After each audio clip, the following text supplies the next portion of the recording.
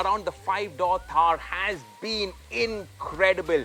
Every time we leaked something about the 5-door, put out some images, you've had comments and you've had like really aggressive and heartfelt comments. It's now finally here, all the wraps are off, and at the expense of giving away the verdict right at the start of this video, I can tell you that the Thar Roxx is fantastic. I love it. Now in this video, we're going to talk about the ride, the handling, the dynamics, the performance, how the 5-door Thar is better than the 3-door Thar, the improvements of this 5-door Thar over the Scorpio N. All of that we will dive into. But first, I want to leave you with this comment from the Mahindra senior leadership team at the presentation.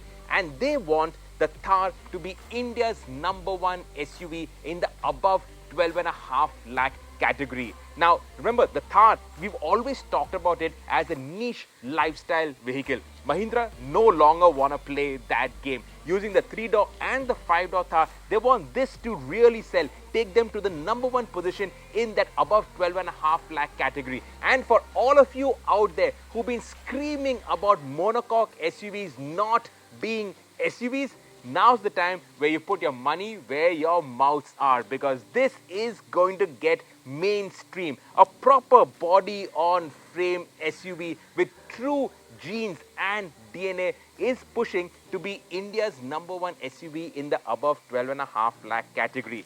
Can the Thar Roxx do it? That's what we're going to find out in this video. But before we go ahead, don't forget to hit that bell icon and stay subscribed to the Evo India channel.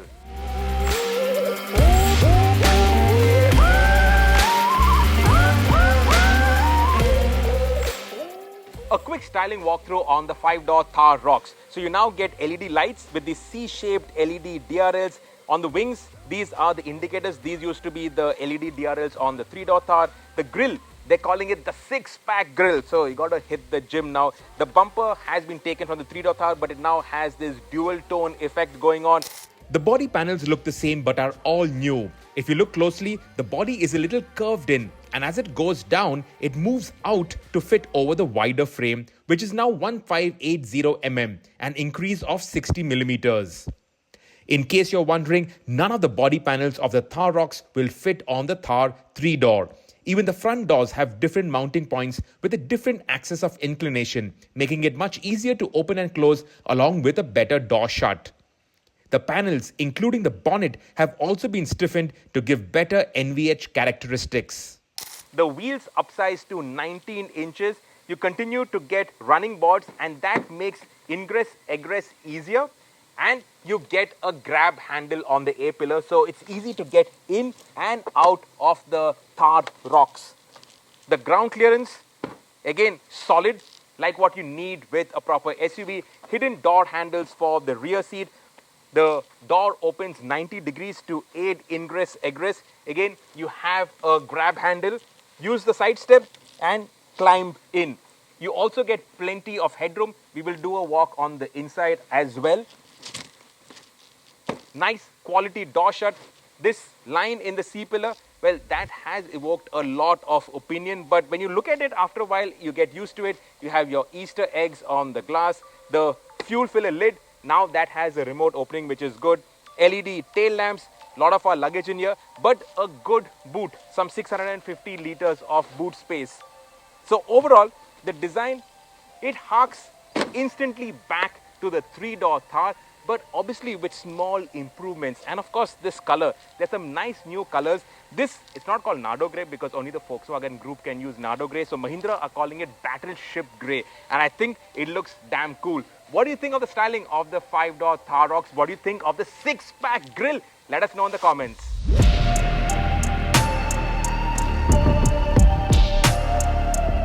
So getting into the Thar is actually pretty easy. If you use the side step, the door opens really big. Now this driver's seat is adjusted to my driving position. I have 2 inches of free knee room, plenty of headroom, good shoulder width. You get an armrest. The seat also reclines. So you got plenty of recline over there. You got your aircon vents. You don't have a dual zone aircon. USB-C charger and a slot for your phone. Also the seat back have pockets. There is no space for water bottles in the door pads. That is a bit narrow. But otherwise this is quite an airy cabin. but it's all white. So you better keep your fingers clean, otherwise you are going to dirty the car.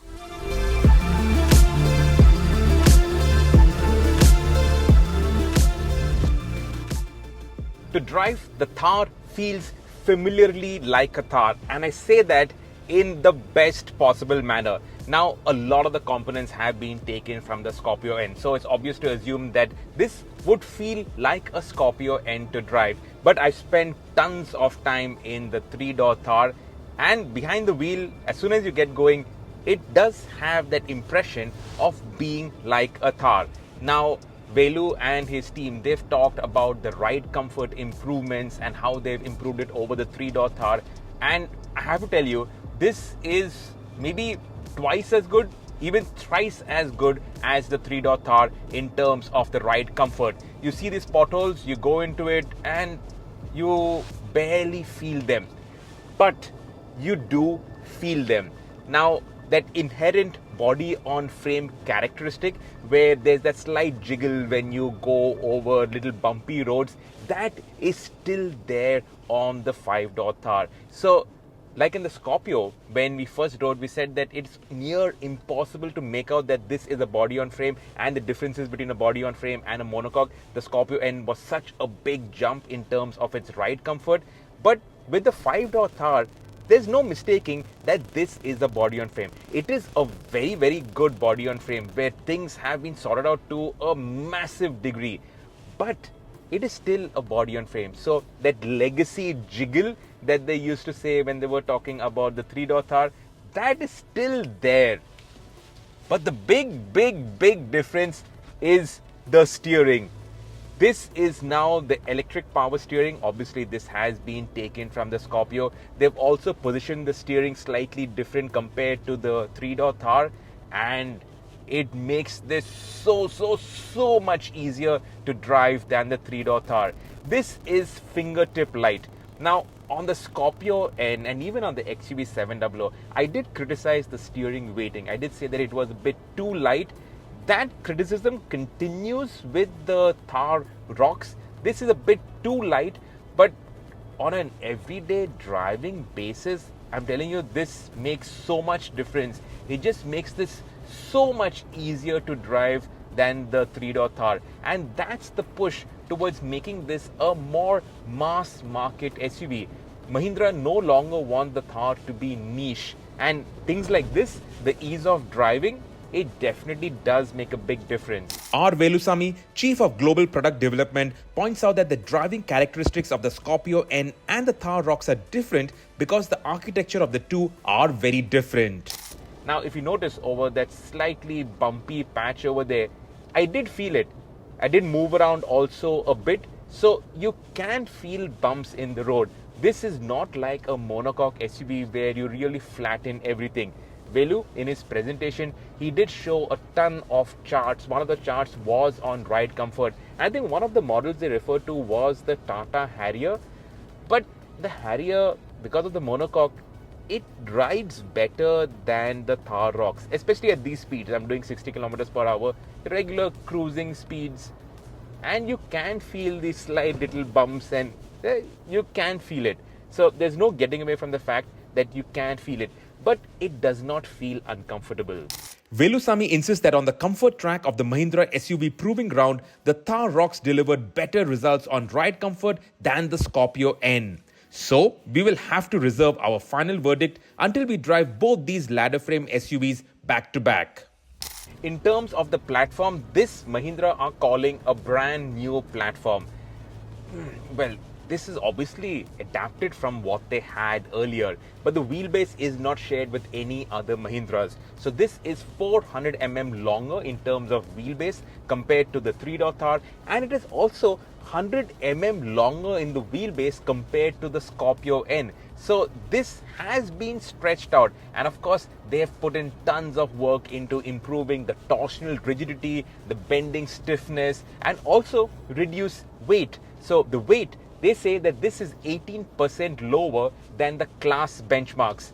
They're not saying which vehicle is the class benchmark, but if we go by our reading of the class, the Scorpio N was the class benchmark. So the frame is lighter than the Scorpio N. They've also given us some really surprising, eye-opening comparisons. So they say that the torsional stiffness of this platform is 148% better than the class benchmark. I'm not making a mistake, 148. And the bending stiffness is 150% better than the class benchmarks. Class benchmarks, Scorpio N, that's phenomenal. The torsional frequency has also improved by 51% and the bending frequency by 41%. The M-Glide ladder frame chassis is all new, designed in-house by Mahindra, unlike the three-door Thar's chassis, and it is built on a brand new line by Alf Engineering. Among the many innovations that the father of the chassis, IIT Madras professor Dr. Vikraman has implemented are the varying shapes of the frame sections that increases stiffness, enables a 10% reduction in gauge thickness and contributes to a 50 kilo weight drop compared to the Scorpio N. The suspension setup, so it has the regular independent front suspension, and at the rear they've got a Penta-link suspension. Penta-link means 5-link suspension. That is similar to what we have seen on the Scorpio N, but here there's the addition of the Watts linkage. Basically, the Watts linkage is used to prevent the side-to-side movement of the rear axle. Remember, this is a heavy rear axle, I think probably 150 kilos. I could be wrong, but it's a heavy rear axle. So to prevent that side-to-side movement, the sway, for that, they've got the Watts linkage. So they don't want that to move, and that is what gives you the confidence when you're going around corners. The dampers also get hydraulic rebound stoppers. So that means when you go over a speed breaker, it's not going to crash into it, and it'll give you better ride refinement. The dampers are the MTVCL dampers, basically frequency adaptive dampers, and it does do a really fine job. I did say that you can feel a little bit of the bumps on the road. Yes. And that is that Thar character. So when you go over a potholed or a cratered road, especially now in Maharashtra after the rains, the roads are in really, really terrible shape. You can go through it. You will feel the road, but the Thar, it'll bounce through it and it'll come out on the other side unscathed. Nothing is going to happen, and it gives you the confidence to attack anything and everything you see on the road. You will feel it, your passengers will feel it, but it has that indestructible vibe to it, which I completely love. Performance. Now the 2-liter turbo petrol engine, it makes 174.5 bhp and 380 newton meters of torque. The diesel that I'm driving is slightly less in terms of power, 172.5 bhp and 370 newton meters of torque. But this diesel engine, it moves. It properly moves. 0 to 100 in 5 seconds flat for the petrol and 4.8 seconds for the diesel. So initial acceleration of this diesel is better than the petrol. They haven't given us any figures for 0 to 100, 0 to 60, 4.8 seconds. And to be fair, this is quick enough for a vehicle of this size, this setup, this makeup. I don't think you need too much more power. Obviously, we are greedy and any extra power is always welcome. I'm not going to say no to that, but this feels on the ball. This feels really up there in terms of everything that you would want from it. And in terms of the refinement, I have to talk about that. This diesel engine is familiar. We have seen it on a number of Mahindra vehicles, and it is just so smooth, so refined, quiet. You can hear that it's a diesel engine, but barely. Unless somebody is really clued into cars, they might mistake this for a petrol. Even when you step on it, clearly you can make out that this is a diesel engine, but it's got that really nice diesel note. And today, with diesels becoming increasingly rare, unlike that diesel rumble, it just fills you with this sense of power and performance. Now, I know that in Delhi, not too many of you are going to buy the diesel because of your 10-year rule and all of that. But to me personally, diesel just suits the character of the Thar so much better than petrol.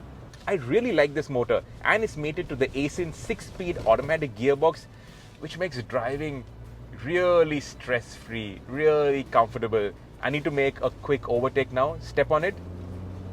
that's a quickish downshift, not DCT quick, and there are automatic gearboxes that shift quicker, but this is very well suited to the nature of the Thar. I think if you had a quicker shifting gearbox, it just make things seem a little bit too hectic for what is a proper SUV. And this feels like a proper SUV. So all of y'all complaining about monocoque SUVs not being true SUVs, you've got a proper SUV now, which you can put your money on and which doesn't make you compromise. That's the beauty of this Thar 5-door, the Thar Roxx. The name still doesn't sit well with me, but forget that. This is a genuine SUV whose only real drawback and the advantage that the other monocoque SUVs has is that you still have to climb into it. So elderly parents, for them, a Creta would be easier to get in and out of. This you have to climb in, you have to use the side steps. So for them, with age, creaking knees, this is a bit difficult. But apart from that, I don't know why you would not want to pick a Thar 5-door. The pricing is good, the equipment is good, and it's sorted out all those niggles that the 3-door Thar had. For instance, you didn't have a dead pedal. Now you get a dead pedal. The center section of the dash has, however, become wider, and that means your left leg is angled to the right when resting on the dead pedal. Will that lead to fatigue over longer distances? I am going to drive this Thar Roxx from Kochi to Pune to find out. So stay tuned to the Evo India social media handles for our reports on living with the Roxx. You didn't have those grab handles to make ingress egress easier. Now you get those, and you get it all over. You get it on the A pillar, you get it on the B pillar, you get tons of these grab handles. You get this huge panoramic sunroof. This, they say, is the largest in the class. In the class which is under 4.9 meters in length of vehicles, this is the largest. And this is huge. Like, honestly, this is ridiculously huge. The metal roof, this is what gives the Thar Roxx excellent refinement. The 3-door Thar with the fiber roof, that obviously has a lot of wind rod and everything. Here, nothing. Like, step on it, little bit of engine noise. Clearly, you do get engine noise, but not too much. There's not too much wind roar. There is wind roar, but it's not too much. It's not deafening. And then they've used this opportunity to give it a banging sound system. So this Harman Kardon sound system, 9 speakers, subwoofer, amplifier, all of that sounds really good. Plus some 9 different profiles on it. Also, in terms of creature comforts, 10.25-inch infotainment screen, 10.25-inch digital cluster, wireless charger. You get ventilation for the seats. Also, in terms of the hardware, now the diesel, it gets proper 4x4 with 4 low. This is the same lever that you would find on a Thar, so it's properly loaded. The petrol will only come with rear wheel drive. And unlike the 3-door Thar, where the rear wheel drive came many years later, right now at launch itself, you will have rear wheel drive as well as 4x4 variants of the Thar Roxx available. In fact, majority will be sold with rear wheel drive, because with the Thar Roxx, they're not focusing so much on 4x4 and all of that. They're focusing on such a cool element to the Thar Roxx. If you want a hardcore 4x4, the 3-door Thar continues. I'm sure it will get all the improvements that we've seen on the Thar Roxx. But here, they're talking more about the refinement, the comfort, the noise, vibration, and harshness, how they've reduced that. The creature comforts on this, which are really good. And that's why you have this all-white interior, which, honestly, I can't see the sense with that. Now, I'm not talking about it purely as a 4x4, and if you go get muddy and then this is going to get filthy. I'm not talking about that. It's just that in the Indian environment, this is going to get dirty very soon. You touch something and then you touch the roof liner and you'll have dirty marks on it. This is going to get really dirty too soon. Already the white leatherette seats, my videographer has been wearing black pants and he's already dirtied those seats, so you will have to wash it regularly, but it's got ventilation, so that's nice. But it does need a darker color, especially to go with this, the whole theme of the Thar. This white interior, I don't think is suitable. Very importantly, you no longer have to take the key and then open the fuel filler cap. It now gets the remote fuel lid release. Plus, you also get the start-stop button, so you don't have to insert the key anymore. The key remains in your cup holder. Actually, a better place to leave the key would have been nice. And an electric parking brake. This gets rear disc brakes as well, and the braking is better than the 3-door Thar, though the brake pedal feel is a bit too spongy to my liking. You get used to it very quickly, but I would prefer a little more crisper brake pedal feel. No problems in terms of the braking distances.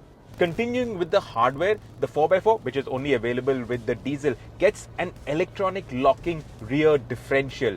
Unlike the 3-door Thar, which has a BLD, a brake locking differential, this has an electronic locking differential. This is the lever for it. So in terms of the off-road ability, well, this could go even further than the 3-door Thar. We'll have to drive both back to back on an off-road track, or maybe take it to the dunes. But this will be actually very good off-road.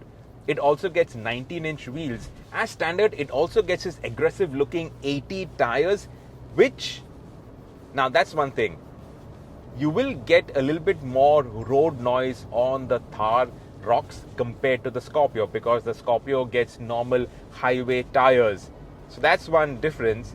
And of course, because of the highway tires on the Scorpio, going around corners might be slightly quicker in the Scorpio end. But then again, it's that small little differences. You'll really have to drive both back to back to tell for sure. Speaking about tires, here's a shout out to the Apollo Aptera series that is exclusively made for SUVs to provide excellent grip and durability.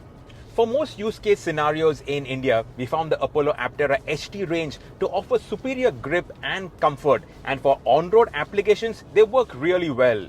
And for more demanding off-road situations, which the Thar Roxx, especially with 4x4, can deal with very well, there is the Aptera 82 range of all-terrain tires. Another improvement that you will notice over the 3-door Thar is that the power window switches have moved from the center console to the doors. That doesn't mean that the doors have become narrower and that you don't have space to move your elbows. Unlike in the Scorpio in the past, when that time they had moved the power window switches from the center console to the door, you kept hammering your elbow into the door pad. But here, there is enough space. Unlike in the past, when they first moved the Scorpio power window switches from the center console to the door, and the door pads had become narrow and you kept smashing your elbow into it, here, there is no danger of your elbow getting damaged. Also, the driving position is excellent. You can rest your elbow on the door pad. There is a great view up ahead. The A-pillar, it is wide and thick, and that obviously has been done for safety, but it doesn't obstruct your view all that much because it is so much ahead. You have a good view out of the rear view mirror. This is an auto-dimming ORVM. The wing mirrors are nice and large. You can see the edges of the bonnet. The driver's seat has power adjust. This is the lowest that you can go. So you can get nice and low, but to go with the Thar, I prefer the midway position where you're sitting high. You get a great view up ahead. The steering, this is like one drawback that I have to point out. It only goes up and down, doesn't have telescopic reach adjust, so that is a miss. But I guess it makes up for it with the refinement and everything else. The seats also, they are the same Thar seats, and they're kind of lacking in under thigh support. So a little bit more under thigh support would be nice, but overall the amount of headroom that you have, the shoulder room is good. You get this center armrest. So unlike the Thar where you didn't have an armrest, you have this, and the driver's side, this adjusts. The passenger side does not adjust, so they might grumble a bit, but the driver's side adjusts. Under the armrest, not all that much space, but you do get a 65 watt USB-C charger. Now, as with all new Mahindras, I don't know why they do this, but all the new cars, when they're launched, it doesn't have Apple CarPlay integrated. So right now, I can't connect my phone wirelessly through Apple CarPlay. Android Auto can be connected, but Apple CarPlay right now can't be connected, so I can't tell you much about that. But overall, I can't complain about this cabin. I really like it. There is this under thigh support issue, and then the steering, you can't adjust it that much. But overall, It just makes you feel good, man. And it also shows how well the Thar was designed right in the beginning in 2020, that the same IP has been carried over with a bigger screen, obviously, with a digital cluster, more soft touch plastics, more high quality materials. But the architecture is the same, and they've retained that boilerplate which says made in India with pride. It's such a cool touch. Today, you have pride in buying Indian vehicles. They're really so good. Our Indian manufacturers are showing the world, all the MNCs that are here, they are showing them the way forward. This is something that appeals to your heartstrings while not asking for any compromises. Man, it's hard to be objective. And I'm being honest, and here's a disclaimer, I'm a fanboy for this genre of vehicles. Be the Thar or the G-Wagon or the Wrangler or the Defender. I love these big SUVs. To me, you either sit nice and low in a sports car or you sit nice and high in a proper SUV. No in between. A sports car and a proper hardcore SUV, that's a perfect two-car garage to me. And an Innova for everyday use. 3 cars, perfect 3-car garage. What's your 3-car garage? Let me know in the comments. And maybe I should stop rambling right now. The infotainment screen, now this has the same widgets like on the Scorpio N, but it also has these adventure stats which are unique to the Thar. So you have your engine performance, you get your temperature, your trip details, you get a speedo and tacho in the center, a compass and altimeter, or if you want a G-force meter, well, G-force meter, there's even another one, there's lap info, so you can put lap times out there. Maybe if you're doing an off-road race, then you can put your lap times here, because Thar, I don't think you're going to take it to a racetrack. So nice little details over here. And you also get your roll and pitch angles when you are going off-roading. So that's a nice touch. Though I wish you could actually make this screen bigger. Right now it's only out there in that small widget.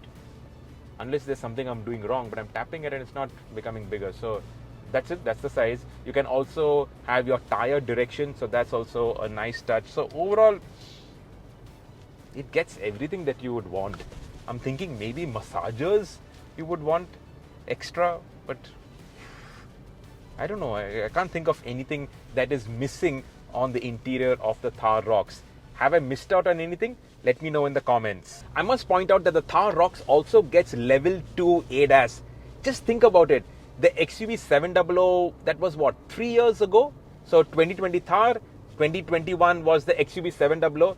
The 2021 XUV700, when it got ADAS, that was like a really big deal. And now 3 years later in 2024, the Thar gets level 2 ADAS. It gets a 360 camera, and this level 2 ADAS, with every year they've got so much more data, they're understanding how it works. So I'm honestly saying I have not switched it off. On other cars, I immediately switch it off. But here, the intrusions aren't overly aggressive, and it doesn't feel too irritating that you have to switch it off. So I've left it on. I've been driving it since morning. It's almost 3 o'clock right now, and not once did it catch me by surprise. So the ADAS has also been well tuned. I haven't checked it out, but if it's like the XUV700, when you switch it off, it stays off, which is again another cool touch that Mahindra does. But just imagine, a Thar has ADAS. I don't see why this cannot be a mass market SUV. Why? Like, seriously, why? Am I missing out on something? Let me know in the comments. Why can't this be a mass market SUV? Let me know.